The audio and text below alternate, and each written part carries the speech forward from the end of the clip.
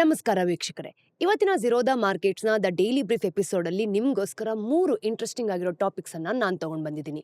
ಮೊದಲನೇದಾಗಿ, Intel tech ಜಗತ್ನಲ್ಲಿ ತನ್ನ power ಅನ್ನ ಯಾಕೆ ಕಳ್ಕೊಳ್ತು ಮತ್ತೆ ಮುಂದೆ ಏನ್ ಮಾಡತ್ತೆ?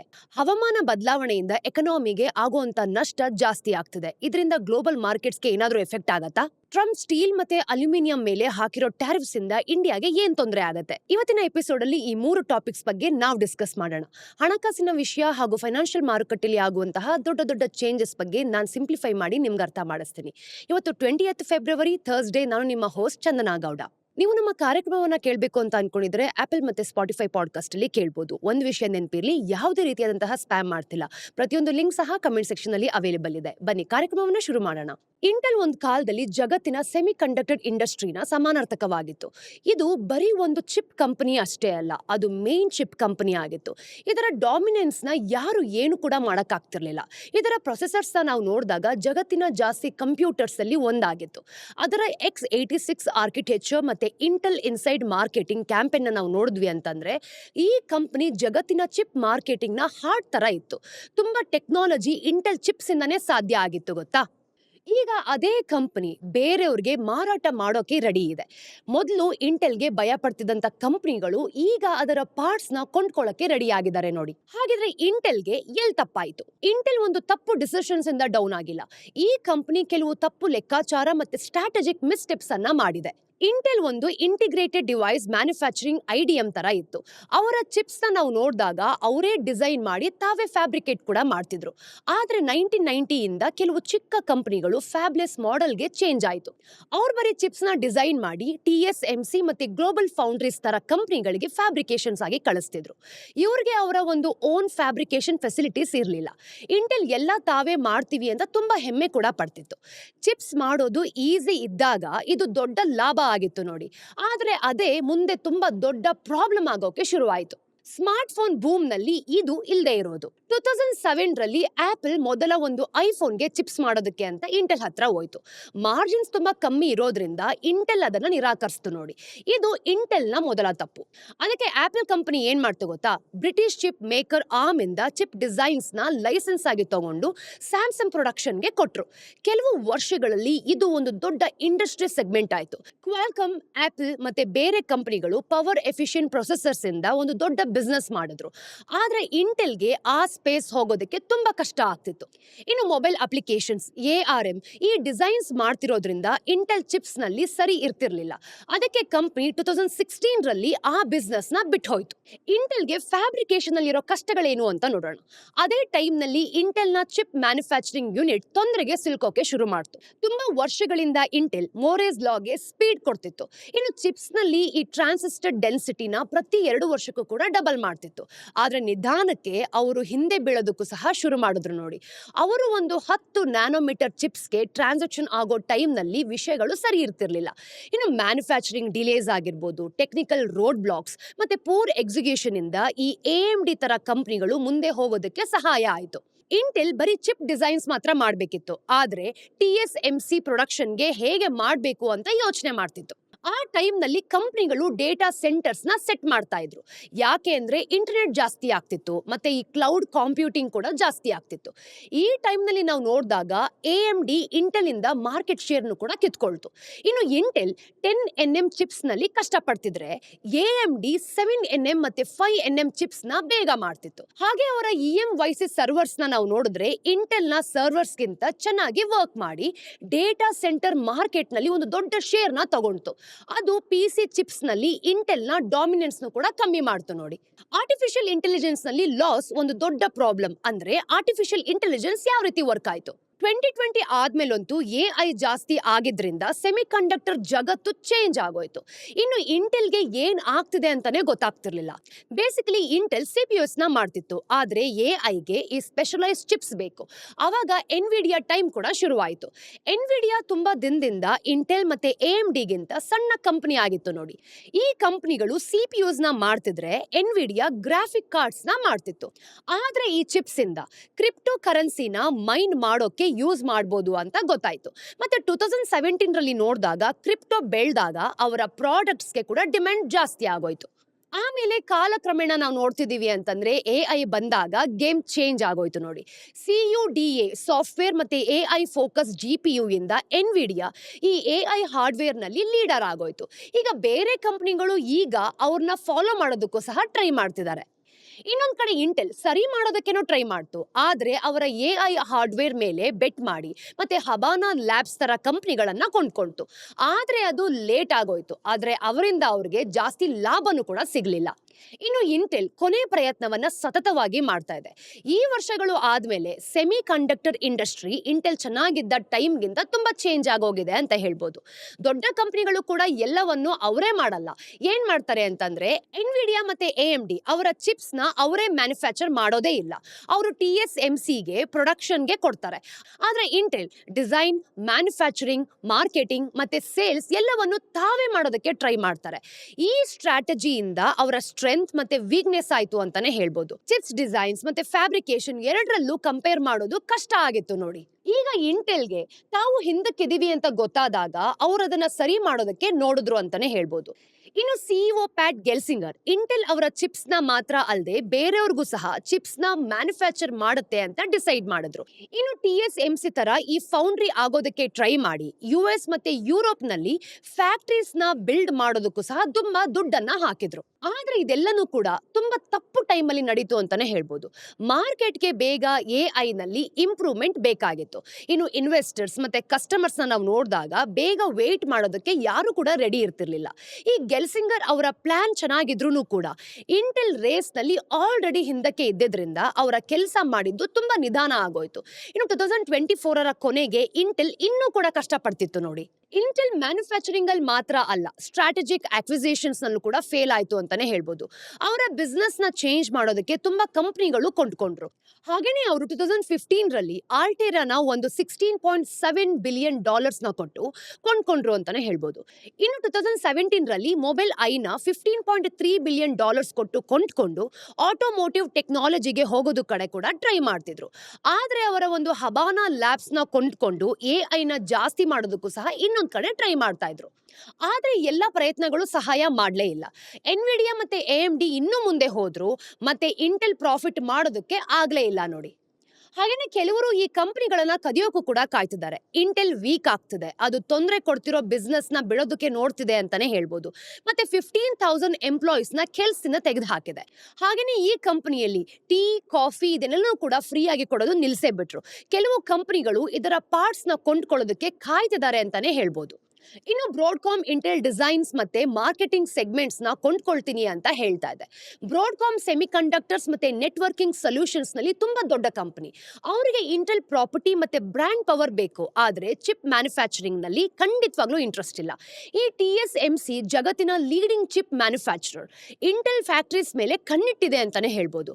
ಅವ್ರು ಕೊಳ್ಳೋ ಬದಲು ಇನ್ವೆಸ್ಟರ್ಸ್ ಗ್ರೂಪ್ ಮಾಡಿಕೊಂಡು ಇಂಟೆಲ್ ನ ಮ್ಯಾನುಫ್ಯಾಕ್ಚರಿಂಗ್ ಆಪರೇಷನ್ಸ್ ನ ಕಂಟ್ರೋಲ್ ಮಾಡೋದಕ್ಕೆ ಟ್ರೈ ಮಾಡ್ತಿದ್ದಾರೆ. ಇನ್ನು ಕ್ವಾಲ್ಕಮ್ ಮೊಬೈಲ್ ಪ್ರೊಸೆಸರ್ಸ್ ನಲ್ಲಿ ಒಂದು ದೊಡ್ಡ ಹೆಸರು ಮಾಡಿದೆ. ಅವರು ಸೆಪ್ಟೆಂಬರ್ 2024 ಇಂಟೆಲ್ ಕೊಂಡ್ಕೊಳ್ಳೋದಕ್ಕೆ ಅಂತಾನೆ ತುಂಬಾ ಟ್ರೈ ಮಾಡಿದ್ರು. ಆ ಡೀಲ್ ಇನ್ನೂ ಇದ್ರೆ ಅದು ಸೆಮಿ ಕಂಡಕ್ಟರ್ ಹಿಸ್ಟ್ರಿನಲ್ಲೇ ಒಂದು ದೊಡ್ಡ ಡೀಲ್ ಆಗತ್ತೆ ನೋಡಿ. ಇಂಟೆಲ್ಗೆ ಇನ್ನೊಂದು ದೊಡ್ಡ ಆಪ್ಷನ್ ಇದೆ, Apollo global management private equity firm. Intel ನಲ್ಲಿ ಏನಾದ್ರೂ 5% ಸ್ಟೇಕ್ ತಗೊಂಡು ದುಡ್ಡು ಹಾಕೋದಕ್ಕೆ ರೆಡಿ ಇದೆ ಅಂತಾನೆ ಹೇಳ್ಬೋದು.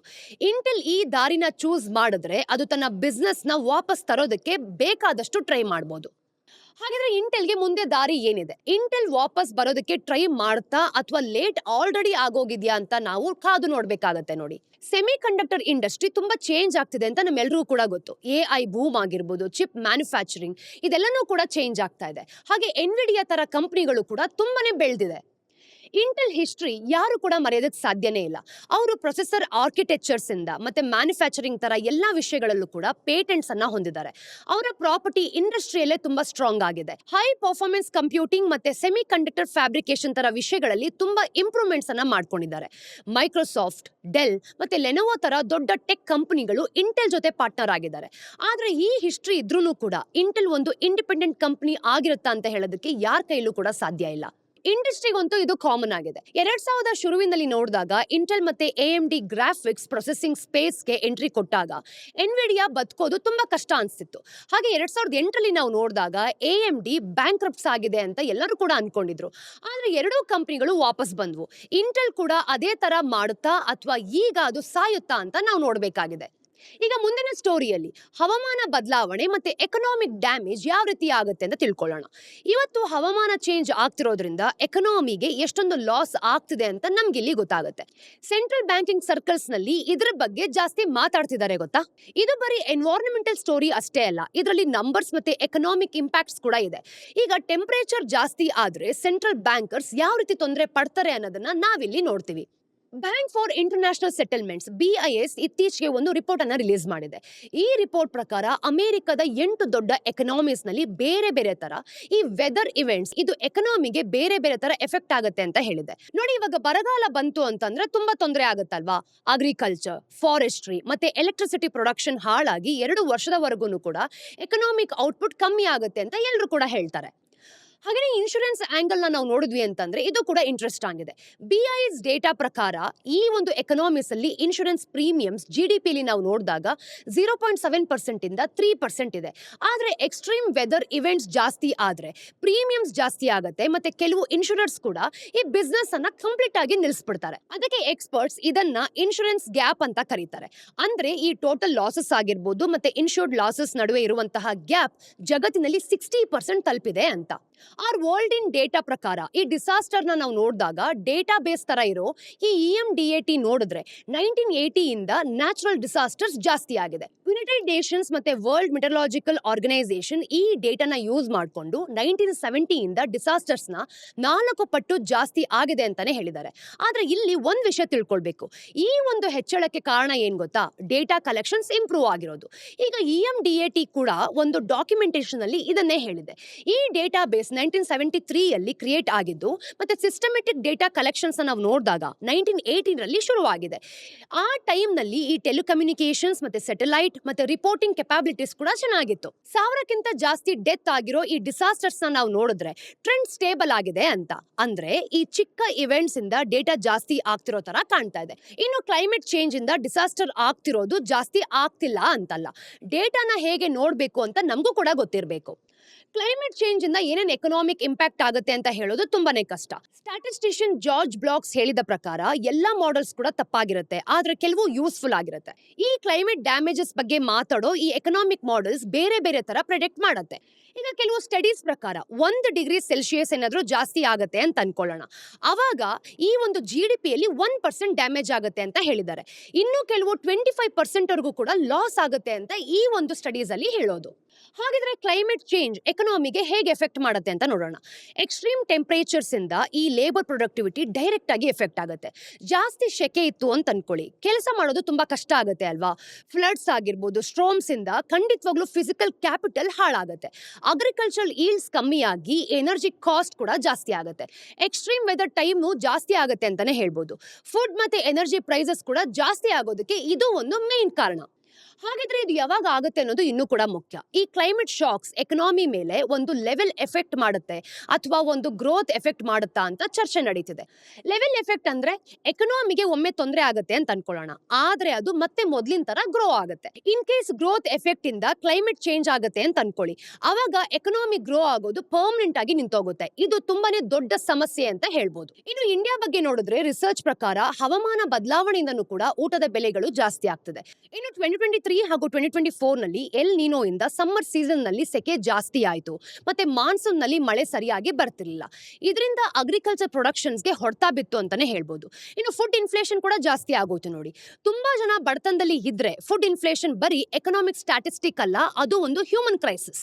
ಇನ್ನು RBI ಮಾಡೆಲಿಂಗ್ ಪ್ರಕಾರ ಕ್ಲೈಮೇಟ್ ಮಿಟಿಗೇಷನ್ ಪಾಲಿಸೀಸ್ ಇಲ್ಲದೆ ಇಂಡಿಯಾದ ಒಂದು ಲಾಂಗ್ ಟರ್ಮ್ ಔಟ್ಪುಟ್ ನಾವು ನೋಡಿದಾಗ 2050 ಹೊತ್ತಿಗೆ ಏನಿಲ್ಲ ಅಂದ್ರೂ ಕೂಡ ಸುಮಾರು 9% ಕಮ್ಮಿ ಆಗ್ಬೋದು. ಆಗ್ಬೋದು. ಇನ್ಫ್ಲೇಷನ್ ಮತ್ತೆ ವಾಲಿಟಿಲಿಟಿ ಎರಡೂ ಕೂಡ ಜಾಸ್ತಿ ಆಗ್ಬೋದು. ಇನ್ನು ಪ್ರೊಡಕ್ಟಿವಿಟಿ ಕಮ್ಮಿ ಆದ್ರೆ ನ್ಯಾಚುರಲ್ ರೇಟ್ ಆಫ್ ಇಂಟ್ರೆಸ್ಟ್ ಕೂಡ ಬಿದ್ದೋಗ್ಬೋದು. ಆದ್ರೆ ಇದಕ್ಕೆ ಆಪೋಸಿಟ್ ಆಗಿ ಇನ್ಫ್ಲೇಷನ್ ಶಾಕ್ ಬರೋದ್ರಿಂದ ಸೆಂಟ್ರಲ್ ಬ್ಯಾಂಕ್ಸ್ ರೇಟ್ಸ್ ನ ಕೂಡ ಜಾಸ್ತಿ ಮಾಡಬೇಕಾಗುತ್ತೆ. ಕಳೆದ ವರ್ಷ RBIನ ಡೆಪ್ಯೂಟಿ ಗವರ್ನರ್ ರಾಜೇಶ್ವರ್ ರಾವ್ ಹೇಳಿದ ಪ್ರಕಾರ ಕ್ಲೈಮೇಟ್ ಚೇಂಜ್ ಟ್ರೆಡಿಷನಲ್ ರಿಸ್ಕ್ ಕ್ಯಾಟಗರೀಸ್ಗಿಂತ ಬೇರೆ ಇರುತ್ತೆ ಅಂತ. ಈ ಫೈನಾನ್ಷಿಯಲ್ ರಿಸ್ಕ್ ನಾವು ನೋಡಿದಾಗ ಇನ್ಶೂರೆನ್ಸ್ ತರ ಟೂಲ್ಸ್ ಇಂದ ಮ್ಯಾನೇಜ್ ಮಾಡಬಹುದು. ಆದ್ರೆ ಕ್ಲೈಮೇಟ್ ರಿಸ್ಕ್ ಇಡೀ ರೀಜನ್ಸ್ ಮತ್ತೆ ಇಂಡಸ್ಟ್ರೀಸ್ಗೆ ಒಂದೇ ಟೈಮ್ ನಲ್ಲಿ ಎಫೆಕ್ಟ್ ಮಾಡುತ್ತೆ. ಈಗ ಕ್ಲೈಮೇಟ್ ರಿಸ್ಕ್ ನಿಂದ ನೀವು ಕೂಡ ತಪ್ಪಿಸ್ಕೊಳ್ಳೋದಕ್ಕೆ ಸಾಧ್ಯನೇ ಇಲ್ಲ ಅಲ್ವಾ? ಇನ್ನು ಕ್ಲೈಮೇಟ್ ಚೇಂಜ್ ಇಂದ ಬಡವರಿಗೆ ಜಾಸ್ತಿ ತೊಂದರೆ ಆಗುತ್ತೆ ನೋಡಿ. ಯಾಕೆ ಅಂದ್ರೆ ಅವ್ರಿಗೆ ಅಡ್ಜಸ್ಟ್ ಮಾಡ್ಕೊಳ್ಳೋದಕ್ಕಾಗ್ಲಿ ಮತ್ತೆ ಸರಿ ಮಾಡ್ಕೊಳ್ಳೋದಕ್ಕಾಗ್ಲಿ ರಿಸೋರ್ಸಸ್ ಕಡಿಮೆ ಇರತ್ತೆ ಅಲ್ವಾ? ಕೃಷಿ ಮತ್ತೆ ಕನ್ಸ್ಟ್ರಕ್ಷನ್ ತರ ಸೆಕ್ಟರ್ ಅಲ್ಲಿ ನಾವು ನೋಡಿದಾಗ ಕೆಲಸ ಮಾಡೋದಕ್ಕೆ ಚಾನ್ಸ್ ಸಿಗೋದೇ ತುಂಬಾ ಕಷ್ಟ ಆಗತ್ತೆ. ಕ್ಲೈಮೇಟ್ ಚೇಂಜ್ ಬಡತನನ ಜಾಸ್ತಿ ಮಾಡತ್ತೆ ಮತ್ತೆ ಎಕನಾಮಿ ಮುಂದಿನ ಶಾಕ್ಸ್ಗೆ ರೆಡಿ ಇರೋದನ್ನು ಕೂಡ ಕಮ್ಮಿ ಮಾಡುತ್ತೆ. ರಿಸರ್ಚ್ ಪ್ರಕಾರ ಇದರಿಂದ ಕೆಲವು ರೀಜನ್ಸ್ ನಲ್ಲಿ ಕ್ಲೈಮೇಟ್ ಪವರ್ಟಿ ಟ್ರ್ಯಾಪ್ಸ್ ನ ಕ್ರಿಯೇಟ್ ಆಗ್ಬೋದು ಅಂತ ಎಲ್ಲರೂ ಹೇಳ್ತಿರೋದು. ಇನ್ನು ಸೆಂಟ್ರಲ್ ಬ್ಯಾಂಕ್ಸ್ ಕ್ಲೈಮೇಟ್ ಚೇಂಜ್ ಬಗ್ಗೆ ಥಿಂಕ್ ಮಾಡ್ತಿರೋದೇ ಚೇಂಜ್ ಆಗಿದೆ. ಅಂದ್ರೆ ಇದು ಬರೀ ಎನ್ವೈರನ್ಮೆಂಟಲ್ ಇಶ್ಯೂ ಅಲ್ಲ, ಇದು ಎಕನಾಮಿ ಮತ್ತೆ ಫೈನಾನ್ಷಿಯಲ್ ಸ್ಟೆಬಿಲಿಟಿಗೂ ಕೂಡ ಒಂದು ದೊಡ್ಡ ಪ್ರಾಬ್ಲಮ್ ಅನ್ನ ಕೊಡ್ಬೋದು. ಕ್ಲೈಮೇಟ್ ಚೇಂಜ್ ಇಂದ ಸೆಂಟ್ರಲ್ ಬ್ಯಾಂಕ್ಸ್ ಇಂಟ್ರೆಸ್ಟ್ ರೇಟ್ಸ್ ಜಾಸ್ತಿ ಮಾಡಬೇಕಾಗತ್ತೆ. ಅದಕ್ಕೆ ಎಕನಾಮಿ ತುಂಬಾ ಕಷ್ಟ ಪಡಬೇಕಾಗಿರುವಂತಹ ಸಿಚುವೇಶನ್ ಕೂಡ ಬರುತ್ತೆ. ಇದು ಒಂದು ಕಾಂಪ್ಲೆಕ್ಸ್ ಸ್ಟೋರಿ ಅಂತಾನೆ ಹೇಳ್ಬೋದು. ಹವಾಮಾನ ಬದಲಾವಣೆಯಿಂದ ಎಕನಾಮಿ ಮೇಲೆ ತುಂಬಾ ಪರಿಣಾಮ ಬೀಳತ್ತೆ ಅನ್ನೋದು ಪಾಲಿಸಿ ಮೇಕರ್ಸ್ಗೆ ಗೊತ್ತಾಗಿದೆ. ಕ್ಲೈಮೇಟ್ ಚೇಂಜ್ ಎಕನಾಮಿಗೆ ಯಾವ ರೀತಿ ಎಫೆಕ್ಟ್ ಮಾಡುತ್ತೆ ಅಥವಾ ಎಷ್ಟು ಎಫೆಕ್ಟ್ ಮಾಡುತ್ತೆ ಅನ್ನೋ ಒಂದು ಪ್ರಶ್ನೆ ಅಲ್ಲ, ಅದಕ್ಕೆ ನಾವು ಯಾವ ರೀತಿ ರೆಡಿ ಆಗ್ಬೇಕು ಅನ್ನೋದು ದೊಡ್ಡ ಪ್ರಶ್ನೆ. ಈಗ ಮುಂದಿನ ಸ್ಟೋರಿಯಲ್ಲಿ ಇಂಡಿಯಾಗೆ ಟ್ರಂಪ್ನ ಸ್ಟೀಲ್ ಮತ್ತೆ ಅಲ್ಯೂಮಿನಿಯಂ ಟ್ಯಾರಿಫ್ಸ್ ಇಂದ ಯಾವ ರೀತಿ ತೊಂದರೆ ಆಗುತ್ತೆ ಅನ್ನೋದನ್ನ ನೋಡೋಣ. ಕಳೆದ ವಾರದಿಂದ ಅಮೆರಿಕದ ಟ್ಯಾರಿಫ್ಸ್ ಬಗ್ಗೆ ನಾವು ಮಾತಾಡ್ತಾನೆ ಬರ್ತಾ ಇದ್ದೀವಿ. ಇದರಿಂದ ಫಾರಿನ್ ಟ್ರೇಡ್ ಹೇಗೆ ಹಾಳಾಗುತ್ತೆ ಅಂತಾನು ಕೂಡ ನೋಡಿದೀವಿ. ಈಗ ಒಂದು ಟ್ಯಾರಿಫ್ ಬಗ್ಗೆ ನಾವು ಜಾಸ್ತಿ ತಿಳ್ಕೊಳ್ಳೋಣ. ಅಮೆರಿಕದ ಸ್ಟೀಲ್ ಮತ್ತೆ ಅಲ್ಯೂಮಿನಿಯಂ ಇಂಡಸ್ಟ್ರಿನ ಪ್ರೊಟೆಕ್ಟ್ ಮಾಡೋದಕ್ಕೆ ಡೊನಾಲ್ಡ್ ಟ್ರಂಪ್ ಎಲ್ಲಾ ದೇಶಗಳಿಂದ ಬರುವಂತಹ ಸ್ಟೀಲ್ ಮತ್ತೆ ಅಲ್ಯೂಮಿನಿಯಂ ಪ್ರಾಡಕ್ಟ್ಸ್ ಮೇಲೆ 25% ಟ್ಯಾರಿಫ್ಸ್ ಅನ್ನ ಹಾಕಿದ್ದಾರೆ. 2018 ರಲ್ಲಿ ಕೂಡ ಇದೇ ತರ ಟ್ಯಾರಿಫ್ಸ್ ಅನ್ನ ಹಾಕಿದ್ರು. ಆಗ 25% ಸ್ಟೀಲ್ ಮತ್ತೆ 10% ಅಲ್ಯೂಮಿನಿಯಂ ಇಂಪೋರ್ಟ್ಸ್ ಮೇಲೆ ಹಾಕಿದ್ರು ಅಂತಾನೆ ಹೇಳ್ಬೋದು. ಆಗ ಬೇರೆ ದೇಶಗಳು ಕೂಡ ಅವರ ಒಂದು ವಸ್ತುಗಳ ಮೇಲೆ ಟ್ಯಾರಿಫ್ಸ್ ಅನ್ನ ಹಾಕಿ ರಿಯಾಕ್ಟ್ ಮಾಡಿದ್ರು. ಇದರಿಂದ ಬಿಸ್ನೆಸಸ್ ಆಗಿರ್ಬೋದು, ಸಪ್ಲೈ ಚೈನ್ಸ್ ಆಗಿರ್ಬೋದು, ಇದೆಲ್ಲನೂ ಕೂಡ ಚೇಂಜ್ ಮಾಡಿದ್ರು. ಪ್ರೆಸಿಡೆಂಟ್ ಬೈಡನ್ ಅವರ ಟರ್ಮ್ ನಲ್ಲಿ ಕೆಲವು ಟ್ಯಾರಿಫ್ಸ್ ಅನ್ನು ಕೂಡ ಡೌನ್ ಮಾಡಿದ್ರು. 2023 ಅಲ್ಲಿ ನಾವು ನೋಡಿದಾಗ ಇಂಡಿಯನ್ ಸ್ಟೀಲ್ ಮತ್ತೆ ಅಲ್ಯೂಮಿನಿಯಂ ಎಕ್ಸ್ಪೋರ್ಟ್ಸ್ ನಲ್ಲಿ ಮೇಲಿದ್ದಂತಹ ಟ್ಯಾರಿಫ್ಸ್ ಅನ್ನ ಕಂಪ್ಲೀಟ್ ಆಗಿ ತೆಗೆದು ಹಾಕಿದ್ರು. ಆ ಟ್ಯಾರಿಫ್ಸ್ ಈಗ ವಾಪಸ್ ಬಂದಿದೆ ನೋಡಿ.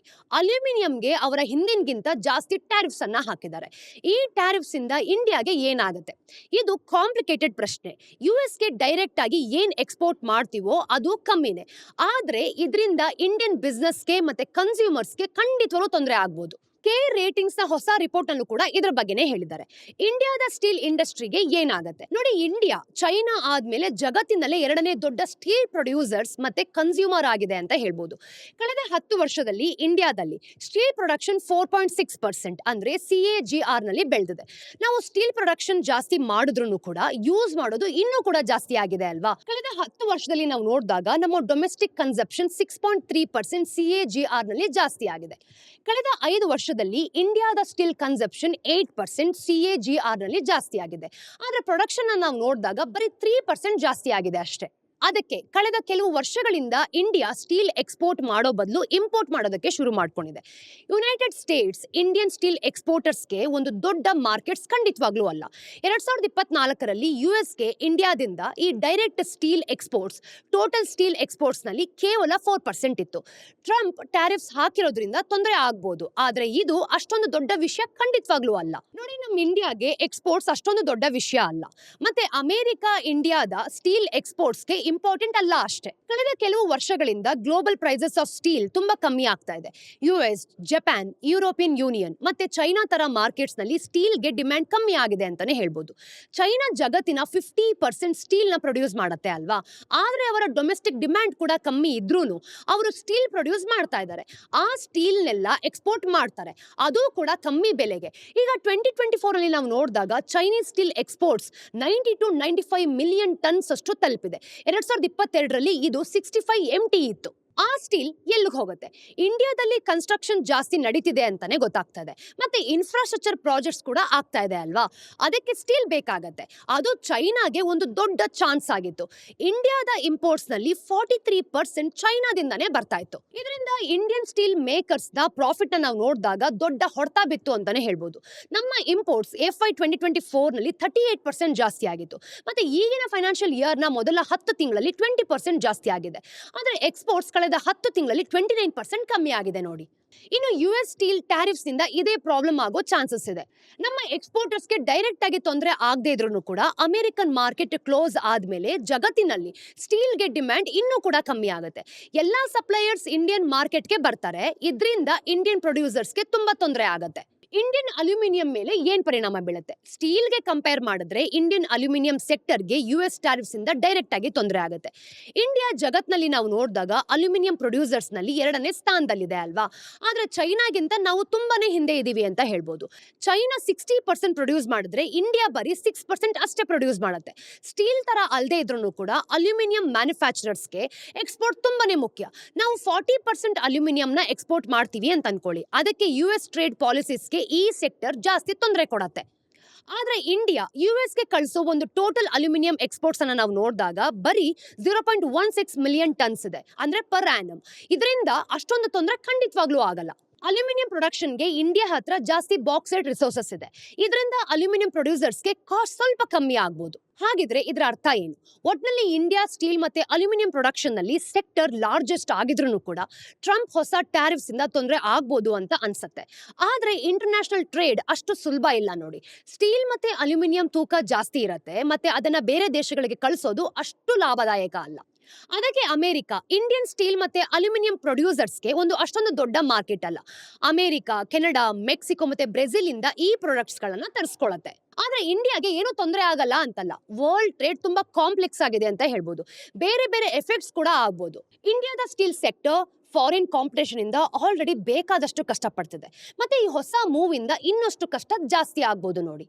ಸ್ನೇಹಿತರೆ, ಇದು ಇವತ್ತಿನ ಸ್ಟೋರೀಸ್ ನ ಅಪ್ಡೇಟ್. ಟಿಡ್ಬಿಟ್ಸ್ ಏನು ಅಂತ ನೋಡ್ಕೊಂಬರೋಣ. Number 1, RBI repo rate 25 BPS ನ ಕಮ್ಮಿ ಮಾಡಿದ್ರು ಕೂಡ ಕಾರ್ಪೊರೇಟ್ ಬಾಂಡ್ ಈಲ್ಡ್ಸ್ ಜಾಸ್ತಿ ಆಗಿದೆ. ಅಂದ್ರೆ ಬ್ಯಾಂಕಿಂಗ್ ಸಿಸ್ಟಮ್ ನಲ್ಲಿ ನಾವು ನೋಡಿದಾಗ 1.8 lakhs crore ಲಿಕ್ವಿಡಿಟಿ ಡೆಫಿಸಿಟ್ಸ್ ಇರೋದ್ರಿಂದ ಹೀಗಾಗ್ತಿದೆ ಅಂತ ಹೇಳ್ಬೋದು. ಫೆಬ್ರವರಿಲಿ ಕಾರ್ಪೊರೇಟ್ ಮತ್ತೆ ಗವರ್ಮೆಂಟ್ ಬಾಂಡ್ಸ್ ನಡುವೆ ಇರುವಂತಹ ಈ ಈಲ್ಡ್ ಸ್ಪ್ರೆಡ್ 25 ಬೇಸಿಸ್ ಪಾಯಿಂಟ್ಸ್ ಜಾಸ್ತಿ ಆಗಿದೆ.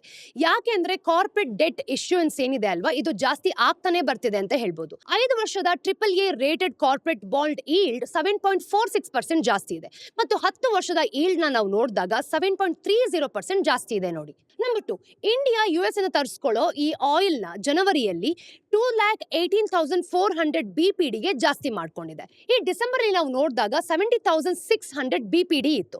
ಅದಕ್ಕೆ US 5ನೇ ದೊಡ್ಡ ಸಪ್ಲೈಯರ್ ಆಗಿದೆ ನೋಡಿ. ರಷ್ಯನ್ ಇಂಪೋರ್ಟ್ಸ್ ಅನ್ನು ನಾವು ನೋಡಿದಾಗ 4.3% ಜಾಸ್ತಿ ಆಗಿ 1.58 ಮಿಲಿಯನ್ BPD ಗೆ ಹೋಯ್ತು. ಆದ್ರೆ ಸ್ಯಾಂಕ್ಷನ್ಸ್ ಇರೋದ್ರಿಂದ ಮುಂದೆ ತೊಂದರೆ ಖಂಡಿತವಾಗ್ಲೂ ಆಗ್ಬೋದು. ಮಿಡಲ್ ಈಸ್ಟರ್ನ್ ಕ್ರೂಡ್ 6.5% ಜಾಸ್ತಿ ಆಗಿ 2.7 ಮಿಲಿಯನ್ BPD ಗೆ ಹೋಗಿದೆ. ಇದರ ಶೇರ್ಸ್ ಅನ್ನು ನಾವು ನೋಡಿದಾಗ ಇಂಡಿಯಾದ ಆಯಿಲ್ ಇಂಪೋರ್ಟ್ಸ್ 27 ತಿಂಗಳಲ್ಲಿ 53% ಜಾಸ್ತಿ ಆಗಿದೆ ನೋಡಿ. ಕೊನೆಯ ಟಿಡ್ಬಿಟ್, NSSO ಸರ್ವೆ ಪ್ರಕಾರ ಇಂಡಿಯಾದ urban employment rate Q3 FY 25 ರಲ್ಲಿ 6.4% ಗೆ ಕಮ್ಮಿ ಆಗಿದೆ.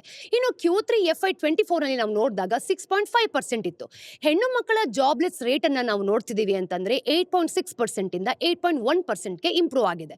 ಇನ್ನು ಪುರುಷರಿಗೆ ಅದು 5.8% ಗೆ ಆಗಿದೆ. ಈ ಸರ್ವೆನಲ್ಲಿ 45,074 ಫ್ಯಾಮಿಲಿ ಆಗಿರ್ಬೋದು ಮತ್ತೆ 1,74,487 ಜನರನ್ನ ರೊಟೇಷನಲ್ ಪ್ಯಾನಲ್ ಮೆಥಡ್ ನಲ್ಲಿ ಸೇರಿಸಿಕೊಂಡಿದ್ದಾರೆ. ಸ್ನೇಹಿತರೆ, ಇದು ಇವತ್ತಿನ ಝೀರೋದ ಮಾರ್ಕೆಟ್ಸ್ನ ದ ಡೈಲಿ ಬ್ರೀಫ್ನ ಅಪ್ಡೇಟ್. ನಿಮ್ಮೆಲ್ಲರಿಗೂ ಸಹ ಡೇ ಬೈ ಡೇ ವಿಡಿಯೋಸ್ ಇಷ್ಟ ಆಗ್ತಿದೆ ಅಂತ ನಾನು ಭಾವಿಸ್ತೀನಿ. ಇಷ್ಟ ಆದಲ್ಲಿ ಲೈಕ್ ಮಾಡಿ, ಶೇರ್ ಮಾಡಿ, ಸಬ್ಸ್ಕ್ರೈಬ್ ಮಾಡಿ. ಮತ್ತಷ್ಟು ಅಪ್ಡೇಟ್ಸ್ ಒಂದಿಗೆ ನಾನು ನಿಮಗೆ ಮುಂದಿನ ವಿಡಿಯೋಲಿ ಸಿಗ್ತೀನಿ. ಅಲ್ಲಿ ತನಕ ಟೇಕ್ ಕೇರ್. ಹನುಮ ಚಂದನ ಸೈನಿಂಗ್ ಆಫ್.